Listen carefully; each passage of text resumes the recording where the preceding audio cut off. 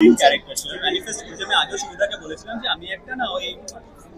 যেটাকে আমি so called Tathagata hero বলে সেটা বাদে যদি এটা কোনো গ্রে শেড অ্যান্টাগনিস্ট ক্যারেক্টার যার মধ্যে নীতি আছে প্রিন্সিপাল আছে সবকিছু আছে কিন্তু সে একটু অন্য কথা বলতে চায় অন্য ভাবে বলতে চায় সেরকম ক্যারেক্টার করছিলাম অ্যান্টাগনিস্ট বলো প্রোটাগনিস্ট বলো যাই নাম দাও না কেন তো মুনির আলম আমার মনে হয় এমন একটা ক্যারেক্টার আমি বহু বছর ধরে এরকম একটা ক্যারেক্টার করতে চেয়েছিলাম হয়তো কোনো মেকার্সকে বোঝাতে পারিনি কিরকম সেটা শিবুদা সেটা বুঝেছে কোনোভাবে এবং দ্যাটস ওয়াই মুনির আলম। এবং অঙ্কুশদা যেটা কাল থেকে একটা ছবি ভাইরাল হয়েছে যে তোমাকে আর আবিরদাকে এর আগে জাস্ট রোল রিভার্সে দেখা গিয়েছিল। না অফকোর্স মানে আমাদের দুজনের জানি না কেন অদ্ভুত কিন্তু আমাদের পার্সোনাল লেভেলে বন্ডিংটা এত স্ট্রং কোথাও না কোথাও আমরা যখনই কোনো ছবি করেছি পুরো ছবিটার গল্পটার আমাদের দুজনকে নিয়েছিল কানামাছিতেও তাই এটাতেও তাই সো কোথাও না ওই বন্ডিংটা ওই কেমিস্ট্রিটা খুব ওয়ার্ক করে অ্যাজ অ্যান অ্যাক্টর যেহেতু আমাদের পার্সোনাল রিলেশন এত। এবং আজকে যদি এই প্রিমিয়ারে এসে মুনির আলমের কোনো স্পেশাল মেসেজ থাকে পঙ্কজ স্যারের জন্য কি বলবে? দেখো ক্যামেরা রোল হলে মানুষটার প্রতি ঘেন্না এটা দুটোই না একটা অদ্ভুত একটা টাসেলের হয়েছে এমনিতে না আমি মানুষটাকে থ্রেড বা কিছু দিতে পারি না অদ্ভুত ভালোবাসায় মানুষটার প্রতি খুব কম জন আছে ইন্ডাস্ট্রিতে যাকে আমি মন থেকে ভালোবাসি যার উন্নতিতে নিজের উন্নতি বলে মনে হয় one of the is Abir So I love him and all the best. অনেকে বলছে যে অনেক ভিডিওস বলছে এটা তোমার জীবনের শ্রেষ্ঠ তোমার ক্যারিয়ারে তোমার কি রকম লাগছে? খুব ভালো লাগছে দেখো কি হয় না আমাদের মতো কমার্শিয়াল অ্যাক্টরসদের না অভিনেতার ছাপ করতে একটু টাইম লাগে হয়তো সেই মেকার্সরা অনেকে হয় যে আমার কমেডি সিনেমা দেখে সেই মেকার্স আমাকে কমেডি সিনেমাই অফার করে কেউ কেউ কমেডিটা ভালো করে কিন্তু কোনো একটা কমেডি সিনেমা দেখে যে জাস্ট অভিনয় সত্তাটাকে বুঝে একটা অন্য রোল দিল ফর এক্সাম্পল বা শিকারপুর যেটাই হোক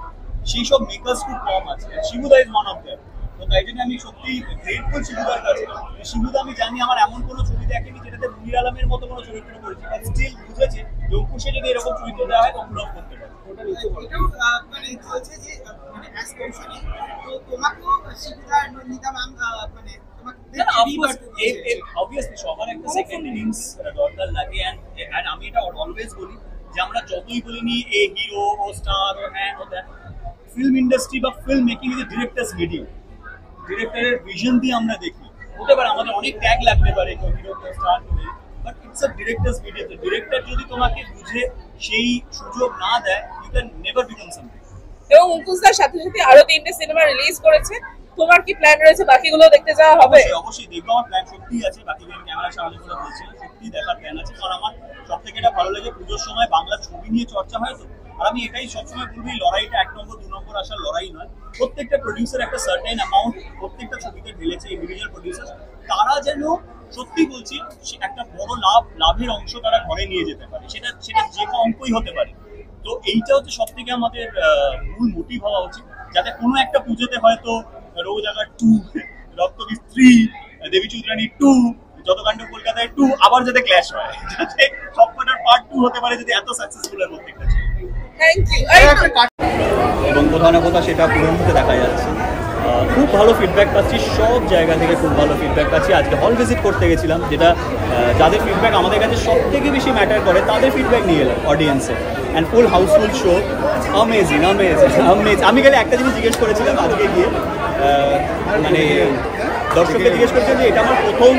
অ্যান্টাগনিস্ট বলতে পারো ভিলেন যাই নাম দাও না কেন এমন একটা চরিত্র আমার ভয় ছিল যে বেরোনোর পর মানুষ ঘৃণা করবে না ভালোবাসা দেবে তো কোনটা পেলাম তো ভালোবাসা পেলে বলে চিৎকার করে এরকম তো গ্রেট রিয়াকশন আই লাভ ইট।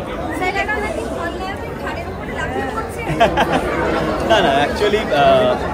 এটা আমার কাছে একটা ড্রিম ক্যারেক্টার বলতে পারো একটা ড্রিম আমি অলওয়েজ একটা ইন্টারেস্টিং ক্যারেক্টার করতে চেয়েছিলাম যেটা একটু অন্য কথা বলবে অন্যভাবে রোলটা প্লে করতে পারবো নিজের করে চ্যালেঞ্জিং মনে হবে নিজের করে একটা তৃপ্তি পাওয়া যাবে and this is one of them.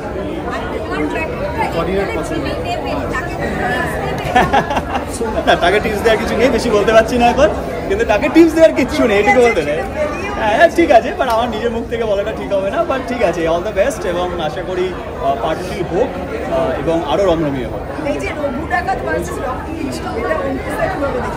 এটা না দেখো এগুলো ঠিক আছে মিডিয়ার মাধ্যমে বা ফ্যান্সদের মাধ্যমে ভালো লাগে, ঠিক আছে চলো ভার্সেস হেলদি কম্পিটিশন। বাট আমাদের উদ্দেশ্য আমরা নিজেরা জানি আমাদের উদ্দেশ্য কি, সবার কিন্তু, আমার একার বলছি না, তুমি আমার বলো, শিবুদার বলো, সিকান্দার বলো, দেবের বলো, সবারই কিন্তু